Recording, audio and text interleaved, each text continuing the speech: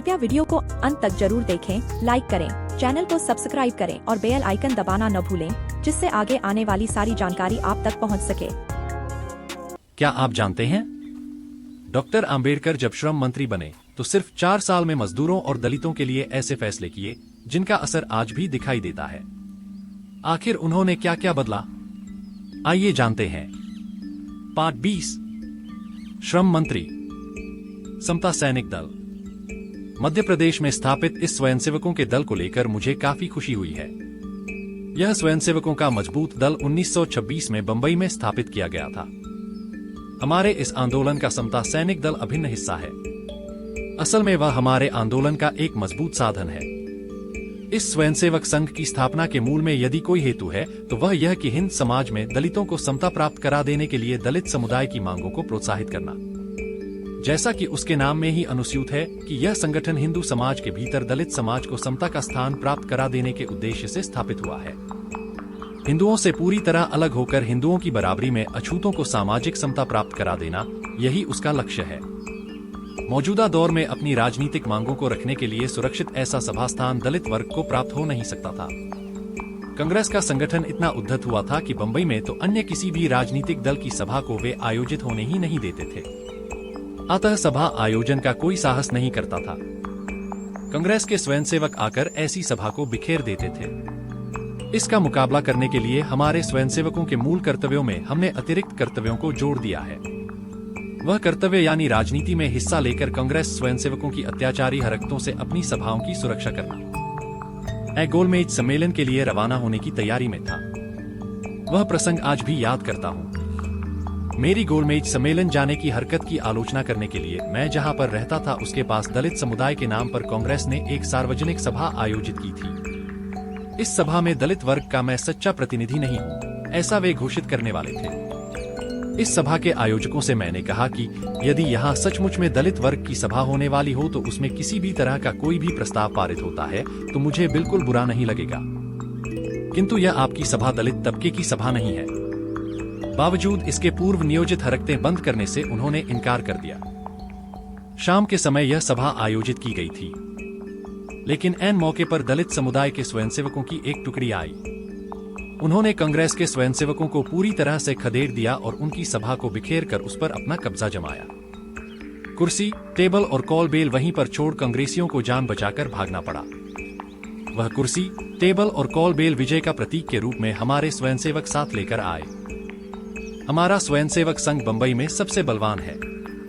तब से हमारे स्वयंसेवकों को चुनौती देने का साहस अब तक किसी ने नहीं किया। ऐसे स्वयंसेवकों के संगठन का विरोध करने वाले कुछ लोग हैं। वे स्वयं तो अहिंसा पर विश्वास रखने वाले कहलाते हैं। वे ऐसे संगठनों और शक्ति प्रदर्शनों का विरोध करते हैं। मैं भी अहिंसा तत्व को मानने वाला इंसान है, किंतु अहिंसा और लीनता के बीच में मैं अंतर करता है। लीनता यानी दबेलता, स्वयं ही स्वयं पर दुर्बलता लाद लेना कोई सगुण नहीं है। मैं अहिंसा पर श्रद्धा रखने वालों में से है ही पर दया उसका नाम। सज्जनों का रक्षण और दर्जनों का उन्मूलन संत तुकाराम की इस अहिंसा की परिभाषा में निहितार्थ से सोचे तो संत तुकाराम अत्यंत संगत रीति से 2 चीजों में अहिंसा होने की बात रखते हैं। 1, तमाम जीव जंतुओं के प्रति प्रेम एवं दया, और 2, दुष्ट लोगों का विनाश। अहिंसा की परिभाषा में निहित इस दूसरे हिस्से की आमतौर पर अनदेखी होती है, और इस अनदेखी के चलते ही अहिंसा तत्व हास्यास्पद बन जाता है। दुष्टों का विनाश यह अहिंसा तत्व का बुनियादी अंश है। इसके बिना अहिंसा केवल ऊपरी छील का है। व्यवहार में उपयोग लाने योग्य तत्व के रूप में वह रहता ही नहीं। जब तक हम दूसरे को दुख देने की दुष्ट इच्छा रखते नहीं और जहां तक केवल तमाम दुष्टों का नाश करने की सीमा हम तय न कर लें, वहां तक शक्ति की उपासना करने के विरोध में और शक्ति संगठन के विरोध में कोई भी गीदड़ भभकी नहीं दे सकता।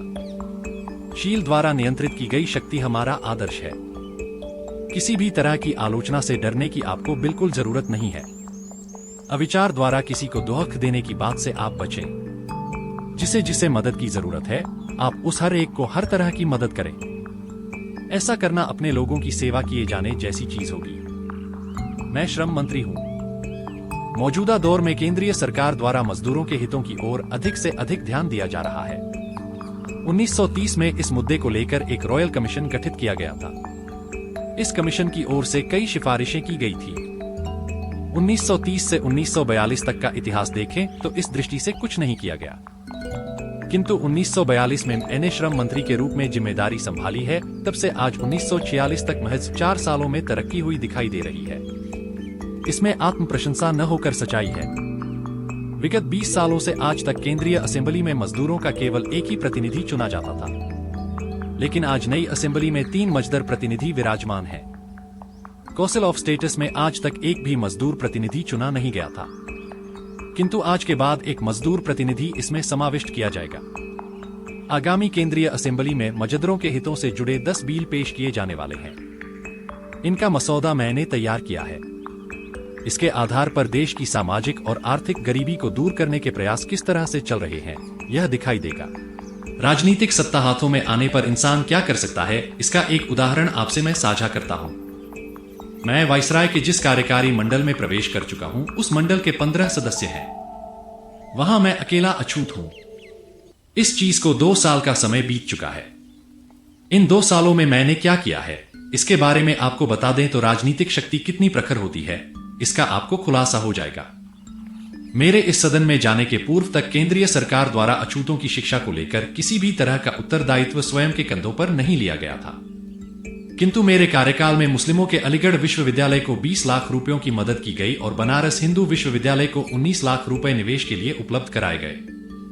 अलावा इसके इन दोनों संस्थानों को सालाना 3 लाख रुपयों का वित्तीय सहयोग दिया जा रहा है।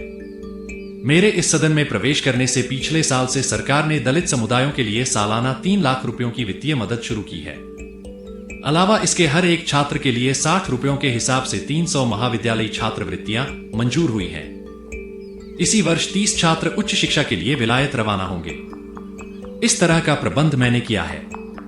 इस तरह की व्यवस्था की गई है कि कम से कम 2 वर्षों में 15 छात्र विलायत जा सकेंगे। इस तरह का प्रबंध इसके पूर्व कभी नहीं किया गया था, वह आज हुआ है। अब जरा नौकरी के मामलों में भी विचार करें तो मुस्लिमों को सैकड़ा 20%, ईसाइयों को सैकड़ा 8.5% नौकरियां मिली हैं, किंतु दलितों के लिए इस तरह का अनुपात कभी नहीं मिला है।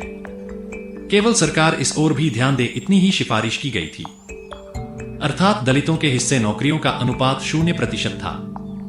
लेकिन हाल ही में मैंने मेरी मांगों की ओर सरकार का ध्यान आकर्षित कराकर दलितों का भी सरकारी नौकरियों में अनुपात सैकड़ा 8.13 इस तरह से तय किया गया है।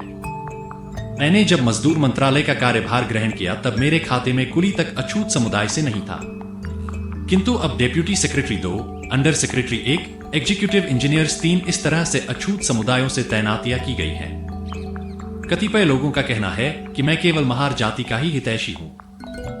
मैं महार जाति में जन्मा हूं, इस पर मेरा बस नहीं था, किंतु मेरे विरोध में की जाने वाली शिकायत झूठ है। मैं जल्द ही सूबेवार जातियों का वर्गीकरण करके उसे प्रकाशित करने वाला हूं। इसके आधार पर किस समुदाय के कितने लोग नौकरी में तैनात किए गए हैं और किस समुदाय को कितनी छात्रवृत्तियां दी गई हैं, इसका स्पष्ट आकलन लोगों को हो जाएगा। मेरे विभाग में शिमला में 28 नौकरों में से 18 नौकर भंगी हैं। विलायत जाने वाले लोगों में एक मातंग, एक भंगी और कई सारे चमार हैं। मेरे यह कहने का मकसद कि राजनीतिक सत्ता हाथों में रहने पर इंसान क्या कर सकता है, इसका अंदाजा हो जाए। यदि मैं अकेला रहते हुए इतना कर सकता हूं, तो क्या मेरे साथ और 2 से 3 लोग होंगे तो इससे भी ज्यादा कार्य किया नहीं जा सकता? अतः मेरा आग्रह है कि राजनीतिक सत्ता काबीज करने के लिए रात दिन लड़ते रहना यह हमारा दायित्व है। भाऊराव गायकवाड़ को लिखा खत 8 सितंबर 1942। मैं लेखन कर्म में आलसी बना हूं, ऐसा नहीं है। मैं अब पहले से भी अधिक लिखता हूं, पर मुझे ऑफिस से जुड़े कामों के अलावा दूसरा लेखन करने के लिए समय ही नहीं मिल पाता, यह सच्चाई है। मैं यदि सार्वजनिक जीवन से दूर हूं, फिर भी इस मुकाम तक लाया गया आंदोलन जिंदा रखना चाहिए, इसे मैं कभी भूला नहीं हूं। मेरी गैर मौजूदगी में समाज कार्य की बड़ी जिम्मेदारी भाऊराव आप पर है। इस जिम्मेदारी को आप बखूबी निभाएंगे, इसके बारे में मुझे रत्ती भर भी शक नहीं है। मेरी एग्जीक्यूटिव काउंसिल में श्रम मंत्री के कार्यकाल में अन्यों के साथ ही अपने समाज की भी हर तरह से मदद किए जाने का फैसला किया गया है। मेरी अध्यक्षता में दिल्ली में श्रमिक परिषद आयोजित हुई थी। इस परिषद के लिए मोरेश्वर दोंदे और राजाराम भोए को प्रतिनिधि के रूप में आमंत्रित किया गया था। यही मेरे काम की शुरुआत थी। इस तरह की घटना इसके पूर्व कभी घटित नहीं हुई थी। 1 सप्ताह के कार्यकाल में मैंने कई समाज उपयोगी कार्य किए हैं। भाऊराव गायकवाड़ को लिखा खत 24 जुलाई 1943। मियार एम डोईफोड़े के लिए भाऊराव, आपकी ओर से भेजा गया सिफारिश पत्र मिला। मी डोईफोड़े मेरे परिचित नहीं है। कुछ चीजें ऐसी हैं कि जिन्हें मैं कर सकता हूं और कुछ चीजें ऐसी हैं कि मैं उन्हें कर नहीं सकता। इस मामले में मैं कितना निष्ठुर हूं, इसके बारे में आप जानते ही हैं। मी डोईफोड़े का एक प्रकरण ऐसा है कि उसमें मैं कुछ नहीं कर सकता। उनका प्रकरण पूरी तरह से पब्लिक सर्विस कमीशन के अधीन आता है। इसमें हस्तक्षेप करना उचित नहीं है। इस तरह के प्रकरणों में मैं कतई हस्तक्षेप नहीं कर सकता। मैंने दलित समुदाय के बच्चों के लिए अवसर निर्माण कर रखे हैं। ऐसी स्थिति में दलित समुदाय के लड़कों के निजी उम्मीदवारी के प्रकरणों की जिम्मेदारी मुझ पर नहीं पड़ती है। यदि ऐसा हुआ तो उनकी ही योग्यता वाले अन्य उम्मीदवार बच्चों पर अन्याय होगा। अतः ऐसे मामलों में मैं बिल्कुल हस्तक्षेप नहीं कर सकता। इसे आप सही तरह से समझेंगे। भाऊराव गायकवाड़ को लिखा खत 26 अक्टूबर 1943। दलित समुदाय के कुछ उत्साही युवाओं द्वारा जनता साप्ताहिक चलाने की तैयारी देख मुझे खुशी हुई। साप्ताहिक चलाने के कार्य में मुझे इतने अनुभव आए हैं कि अब मैं बहुत ही सतर्कता से कदम रखना सीखा हूं। अनावश्यक उत्साह की भावना रखना उचित नहीं है। साप्ताहिक चलाना आसान चीज नहीं है। इसके लिए वित्तीय मुद्दा अहम रहता है। दूसरी चीज, साप्ताहिक की गुणवत्ता को बनाए रखकर उसे अधिक गुणवत्तापूर्ण और पाठक की दृष्टि से आकर्षक बनाना भी एक महत्वपूर्ण कार्य है। पैसों के मुद्दे पर मैं विचार नहीं करता हूं, चूंकि इसका भार सीधे मुझ पर नहीं पड़ता। लेकिन अन्य एक सवाल को लेकर मुझे अधिक चिंता है कि इस साप्ताहिक के संपादक का भार कौन उठाएगा, उसकी योग्यता क्या है। ये मुद्दे महत्वपूर्ण हैं। यह जानकारी जब तक मुझे नहीं मिलेगी तब तक मैं इस योजना को अनुमति नहीं दे सकता। साप्ताहिक के शीर्षक को लेकर मैंने ज्यादा सोचा नहीं है, लेकिन मुझे लगता है कि इस साप्ताहिक का शीर्षक कैवारी या इससे मिलता जुलता हो, ऐसा मुझे मंजूर नहीं है।